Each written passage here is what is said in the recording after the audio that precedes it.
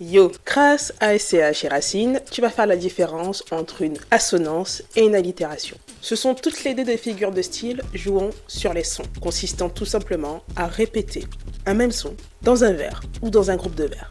Ça crée une certaine musicalité, un certain rythme au vers que tu lis ou à la chanson que tu écoutes. Et ça a aussi le don de déclencher une certaine émotion. On va commencer par l'assonance. Elle joue principalement avec les sons de voyelles, donc A, E, I, O, U, mais aussi E, E, En, Un, On. Lève, Jérusalem, lève ta tête altière. On va parader, j'en veux pas un radé. Sur un banc j'ai grandi, là je vais rue parader. Je passe le prod au piano, dans mon Catrano. Dans ces deux exemples, tu as la répétition du son A pour SCH et du son E pour Racine. En tendant l'oreille, tu te rends compte que ce sont des sons clairs, distincts, éclatants, mais qui peuvent exprimer deux types d'émotions. Pour SCH, la répétition du son A exprime une émotion de colère, tandis que pour Racine, ça exprime plutôt une émotion de joie, d'exaltation. Faut que tu aies le contexte pour comprendre le truc. Ensuite, tu as l'allitération qui, elle, joue sur les sons des consonnes. Tous les te, les ne, les me, les de, les que.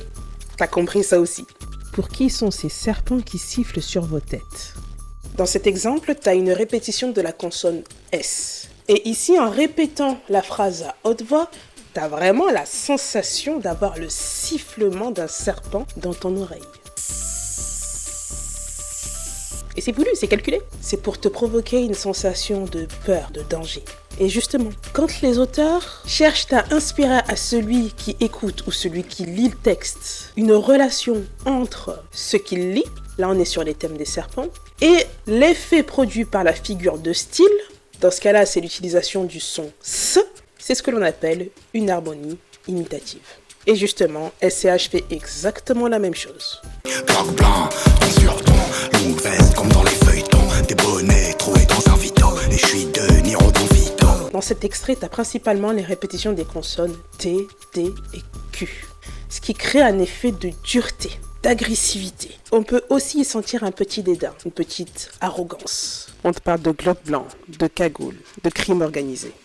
Chaque consonne est une balle qui te troue le tympan. En plus de ça, tu as un rythme qui est assez accéléré, du coup ça te crée une petite excitation. Par contre, si tu veux profiter comme il se doit des effets prodigués par cette figure de style, regarde le clip et prends un bon casque pour écouter la chanson. Parce que les effets visuels et auditifs sont dosés à la perfection. Déjà, rien que dans cet extrait, visuellement, tu es en pleine immersion avec une vision à la première personne. Ça bouge de partout, ça panique. Donc ça accentue ton excitation, ça accentue ton stress. Niveau auditif, t'as le tac tac tac tac tac derrière là. Je sais pas comment ça s'appelle, je sais pas c'est quel instrument, mais le mot en commentaire parce que ça m'énerve de pas savoir, qui te martèle les tympans. En plus des allitérations d'SCH. Petite cerise sur le gâteau, la voix d'SCH qui est posée. Et à certains moments, il chuchote. Et ce n'est pas pour rien. Parce que là, en fait, il est en train de te parler d'un meurtre qu'il fait discrètement, dans le secret, et surtout qu'il fait proprement. C'est un expert dans le domaine du meurtre, et il le fait de manière chirurgicale. Puis derrière ça, t'as la petite mélodie qui est relativement douce, un petit peu accélérée, mais relativement douce, qui montre justement quelque chose de posé, et qui contraste parfaitement avec l'agitation des personnages dans le clip. Agitation qui est maîtrisée par SCH. C'est lui le maître du jeu. Du coup, SCH et Racine créent des effets pour transmettre des émotions en jouant avec les sons, en utilisant les mêmes procédés d'écriture, l'assonance et l'allitération.